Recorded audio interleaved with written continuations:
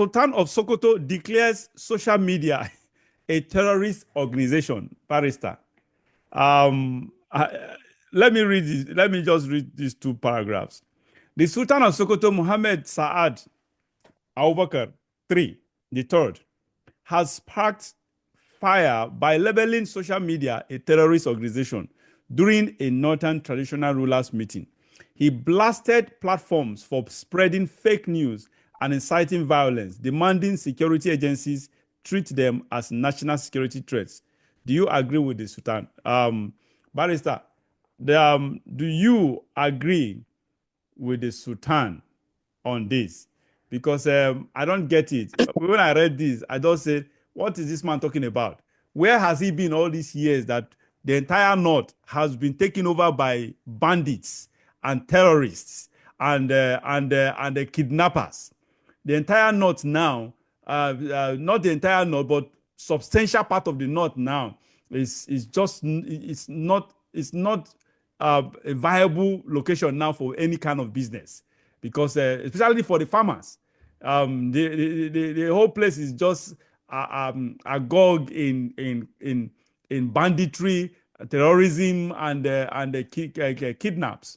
Barrister, do you agree with the Sultan of Sokoto on this? That social media is a terrorist here, as against the reality on ground. I cannot agree with the Sultan. Number one, social media is not an organization. So you cannot tag it with an appellate, a terrorist appellation. It's not an organization out to terrorize or to do. Look, everybody is on social media, whether across political divides, across religious divides, across social divides, across economic divides. Everybody is there airing his opinion. There are extreme opinions, there are inciting opinions, there are also voices of reason on social media. So to tag social media as a terrorist organization is not correct. Of course, there's a lot of incitement on social media to violence. And in a country like Nigeria, it is not ideal, because the country, number one, is not stable. Number two, a lot of illiterate people are out there that take things that are said by some people as gospel truth and even are ready to act on it. That is where the security agencies should be up and doing. But to try to stifle expression of a speech expression by people, but even the average people, even the ordinary people, it's not correct. And if you are talking of democracy, you cannot accommodate democracy and say censor this, censor that, so that people cannot express their opinion. That is a conflict. That is the conflict. Yeah, of course. We should not allow that. We should not try to control opinion. You know, one thing I have come to learn is that within Muslims and Muslim countries, it is right to control public opinion. It's part of them to control public opinion. You are not supposed to talk anyhow. You are not supposed to talk against certain norms. So one can understand where he's coming from. But for the rest of us, we say what you want to say, even if it offends me. Yeah. As long as we are not exchanging blows or using cutlasses to cut. It is the marketplace of ideas, the marketplace of oral and verbal exchanges. Yeah. And this should not be stifled. This should not be constrained. Let people express their opinion freely. Of course, there are limits, because expression, the right to free speech is also having a responsibility. So we should not throw away the baby with the bathwater. We cannot say because some people are inciting some things on social media, then we can now condemn the entire social media as terrorist organization. Secondly, as you pointed out, the well-known terrorist organizations that we know that are now wreaking havoc in Nigeria did not originate from the social media. That's what I want you to understand. The Boko Harams of this world, the kidnappers of this world, they did not originate from social media.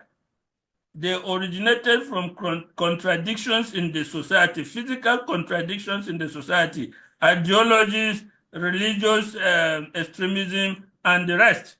Those are the things the Sultan should be addressing. It is not the social media that gave rise to Boko Haram. It's not them that gave rise to the various Fulani herders killing people everywhere in the country. So where is the factual basis of his own comment? If we talk of going empirical, if you ask him to give a data or empirical basis for his conclusion, there will be none, because you are able to point at the well-known terrorist organization and say categorically that it's not because of social media that they came into being. It's something else. So he should address the root causes of terrorism. That's the point. And leave social media alone. That's the point I made earlier. Honestly, that's just honestly when I read, I say, why are these people hypocrites, for God's sake? They've been keeping quiet on the key issue, the major issue, the basic issue, the basic reason we have terrorism in Nigeria.